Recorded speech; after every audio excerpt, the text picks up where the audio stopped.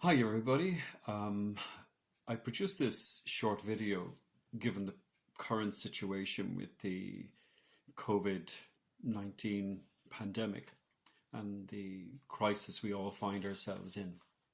So basically what I'm going to talk about today is how to protect your mental health during the pandemic and to protect your mental health from the effects of COVID-19.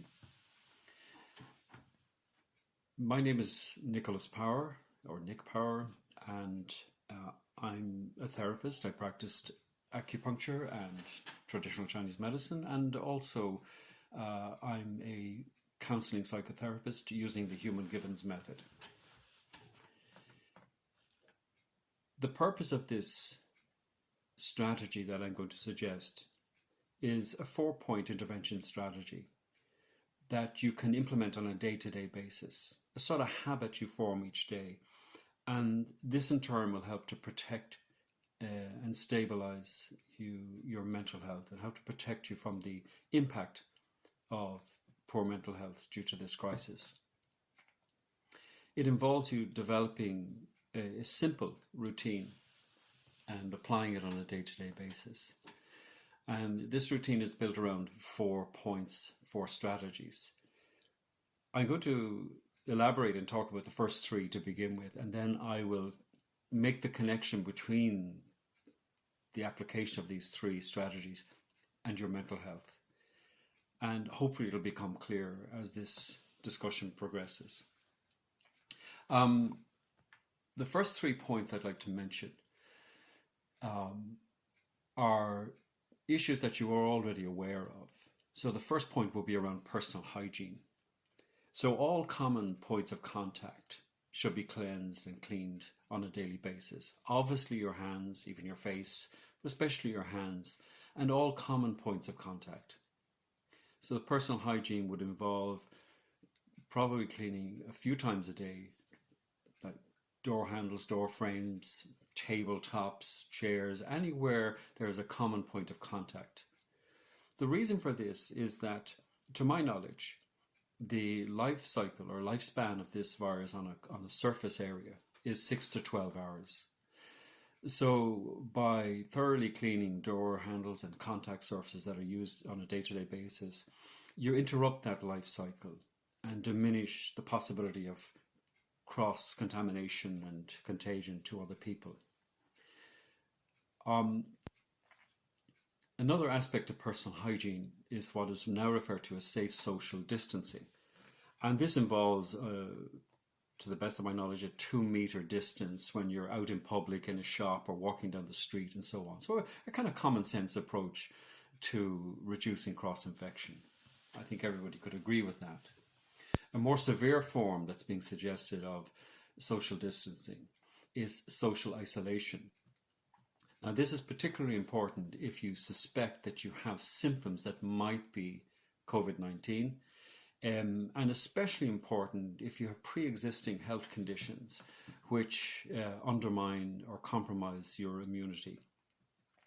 So the social isolation is important in that context. The second point that I'd like to refer to in this daily strategy is nutrition. Now, if you eat poor quality food, that means the quality of nutrition that you're getting is poor. Poor nutrition diminishes and compromises your immune system. So there's a simple fix to this, in this second point, is to make homemade meals. Make homemade vegetable soups or stews, Irish stew, any homemade meal made from fresh ingredients has several pluses associated with it. High quality nutrition, boosting the immune system, keeping your strength up, and keeping you healthy. So the second point, nutrition, simple, straightforward, eat good quality food, homemade food. The third point in this daily strategy is exercise. It's really important that you maintain exercise alongside personal hygiene and good nutrition. Now, fortunately, the safe social distance rule of 2 meters means that you can go out for a walk every day. If you're near a beach, you can walk on the beach. A natural environment is always better. So go for a walk on the beach every day, go for a walk in the park. Um, and this is going to be so good for your physical and your mental health. Added to that, you can also have a home exercise routine where you do a bit of yoga stretching or some gentle squats or floor exercises. You can jog on the spot, you know. You can do, if you have any weights, you can do a little bit of weight training, really good for your muscle tone and strength and so on. Another aspect to exercise, which isn't talked about a lot, is meditation or mindfulness. It doesn't matter what you call it, the effect is still the same. And so a simple mindfulness technique is just to sit quietly with your eyes closed and slowly regulate your breathing with an emphasis on slowing your out breath. When you exhale, slow it down and focus on the exhalation. That's a simple meditation or mindfulness technique which lowers stress and anxiety. So there are our first 3 points, which are really important, and I'm going to develop links to those aspects and why they're important for your mental health on a day-to-day basis. The fourth point of this strategy is enhancing and strengthening your mental health, your emotional well-being, and your emotional resilience. And it is a byproduct of implementing these first 3 points. So the first 3 points will produce better mental health. And that's a really important connection to make between these 3 activities that I've mentioned. But how does this happen, and why are we so vulnerable to stress and anxiety? What are the mechanisms? We're not going to get into a lot of psychobabble here or neuroscience because there isn't enough time for that. We need to be practical and straightforward in our approach. But let me say this.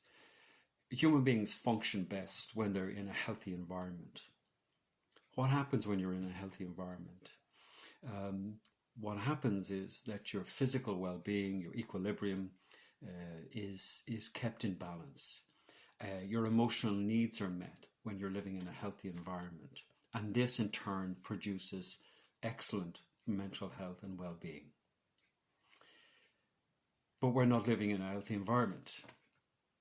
Here we are in this pandemic and our environment has become toxic. So when a human being is in an unhealthy environment, an environment that holds threat to their health and well-being of themselves or their loved ones, we don't function very well. Actually, what happens in terms of our physiology and our brain is that we all have an alarm system built into us through evolution. So when a human being is in an unhealthy environment, their alarm goes off, just like a house alarm. If we use that analogy, a house alarm goes off when there's danger or somebody's trying to steal or harm us in our homes. It's there to protect us. So nature has provided us with an alarm system which is highly effective. And when that's short-lived, you know, and the intrusion is dealt with, the threat is dealt with, everything returns to normal. But now we're in a prolonged state of crisis with this virus. People aren't sure how long it's going to last.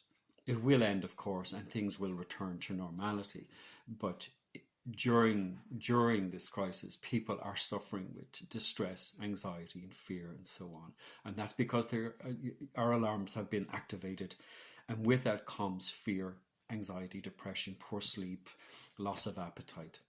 And that's because our environment has changed. It's become dangerous, harmful. It holds threat for us. And so our anxiety and stress levels are shooting up. And that's just the fact of the matter. What I'd like to encourage, though, is a strategy, an intervention that you can apply yourself. Now, I mentioned emotional needs earlier and how our environment provides us with our emotional needs. And when that happens, you know, we're healthy and happy and we don't suffer stress. But what are these emotional needs? I'll just briefly run through them so you have an awareness of them. And there are about 9 of them I'm going to mention. And They have a lot of relevance to your well-being and so on. Actually, what I'm going to do after I just introduce you to each one of them, I'm going to focus on three of them because that'll make it easier for you to put into effect. The first emotional need that human beings require is the need for control. And you can see in the context of this situation that we're in now, that our emotional need for control is being greatly undermined. And when that happens, we feel out of control. And that fires off the alarm. The stress, anxiety is activated. We worry, we get depressed, anxious, and so on and so on. And so we need to introduce a greater sense of control in our lives wherever possible. And I'll be helping you to achieve that. The second emotional need we talk about is security. And again, our sense of security greatly undermined in this present situation. We feel very insecure if we walk down the street or meet people. We feel very insecure about the future. We feel very insecure because people are losing their jobs and don't have a proper income to pay for their bills and their day-to-day needs. So security, again, greatly undermined. The next emotional need I'll talk about is attention, giving and receiving attention. Again, greatly undermined. We normally go about our normal day. We meet somebody, we shake hands, we say hi, we give them a hug. If we know them very well, we even give them a kiss in the cheek and so on. And all of that is taken away. You're not allowed to give and receive attention in the normal way. So there's an emotional need that's greatly undermined. And you can see how that affects you on a day-to-day basis. Following that, we have the emotional need for connection. And that's particularly connection to people who are really close and special to us, special friends or loved ones or whatever, that we have a very strong bond with. And that's also undermined. Following that, the emotional need for belonging and being part of a community. My God, how has that been degraded by this pandemic? The whole sense of what is community has been damaged so much by this, and we need to address that. Following that, the emotional need for privacy, and you may say, well, gosh, I've got too much privacy now, and that's a really important point about emotional needs. They have to be met in balance. So when we get too much or too little of an emotional need, it's damaging to our mental health and psychological well-being. Following on privacy, we have this emotional need for status. Our sense of status is affected here as well, you know. That sense of self-respect and value that we have for ourselves, but that we also receive from other people. So that's also undermined. Sense of competence. People feel they don't know what to do. And part of that is because of this emotional hijacking when your alarm goes off, because the part of your brain that's functioning can't think very clearly and can't come up with really good solutions, and that heightens the sense of anxiety. And so our sense of competence is also being affected. Actually, the truth is, as you've lived throughout your life, you've developed huge competencies that are, you might be a parent, you might have a professional skill, you might be a member of your local football club, and that makes you a highly competent person in life. And we need to utilize those competencies to best effect. The last emotional need I'll mention is meaning and purpose. And this has also been undermined. People gain meaning and purpose from striving to learn new things, striving to be the best they can each day, challenging themselves as a parent, in their workplace, and so on. And so meaning and purpose is also undermined. So I'd just like you to keep those in mind as almost like the foundation of your mental health and well-being, and that they're derived from a healthy environment, which unfortunately has been damaged at the moment, and it's only temporary. We need to emphasize that this is temporary. So what would I like you to do, and how would I like you to develop this 4-point strategy? Obviously, I think it's important to make a connection between emotional needs and the strategies I've mentioned, particularly those first three, and how they grow your positive mental health by the application of them. And so what I'd like you to do is develop a focus of attention for each day, so that each day, no matter what has to be done or what happens, that you attend to these 4 key strategies: your personal hygiene, nutrition, and the exercise every day. So the emotional needs I'd like you to focus on are control, security, and community. So, for example, when you attend to your personal hygiene, washing your hands, keeping the surface and contact areas clean, you are exercising control. And it's control that you have within your means, something you can do, that you can control. So instead of feeling out of control, you feel in control. It also enhances and improves this when you attend and control the quality of your nutrition, making sure you eat healthy meals every day. You can decide how much and exercise to do each day. You can control that as well. These also make you feeling in control supports your need for security. You feel more secure that you have some degree of control and that you can manage your health through this crisis. The emotional need for community also is very, very important. And what I would ask you to do here to help this particular emotional need be met is to re-engage with your community. If you know of anybody in your street or in your locality that requires help, an elderly person, a person who's chronically ill and can't attend to their own needs, that maybe you drop in or drop a note in the door and say, listen, I'm here if you need a pint of milk or you need to talk or whatever, or if there's anything I can do to help you, please ask. Just by carrying out that simple communication and within your community, or volunteering within your community if there's any kind of volunteer activity going on, that will also help to strengthen your sense of community. So there are 3 areas of emotional needs, which control, security, and community, which are derived from and connected to these 3 aspects that we mentioned first: personal hygiene, nutrition, and exercising every day. And so if you can construct and organize each day and attend to these 3 points, the 4th point and the 4th element will be also accomplished, which is improved mental health. For example, when you do this each day, what you'll notice is that your levels of anxiety on a daily basis start to drop.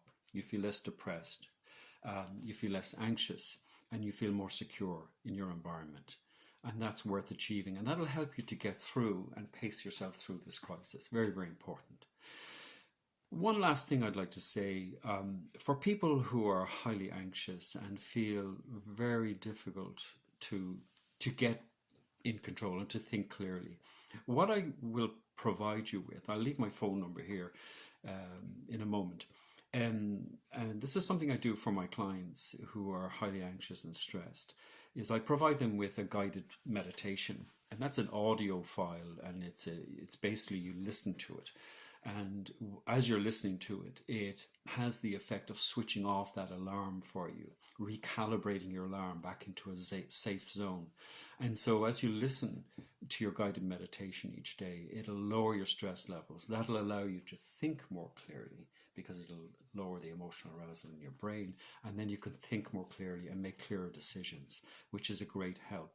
So for anyone who would like to have the benefit of those guided meditations, I will provide them free of charge. I just need you to contact me at my phone number, send me a text or whatever, and then I will send you the guided meditations on your WhatsApp.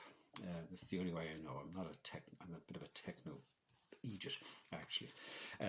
So my phone number is 086 887 9449. And I will provide those guided meditations, as I said, free of charge, no problem, and they will benefit you greatly in reducing stress. So I wish you the very best. I hope you keep well, and I hope these strategies help you to cope and to manage better as we go through this and reach a point of normality again. Thank you.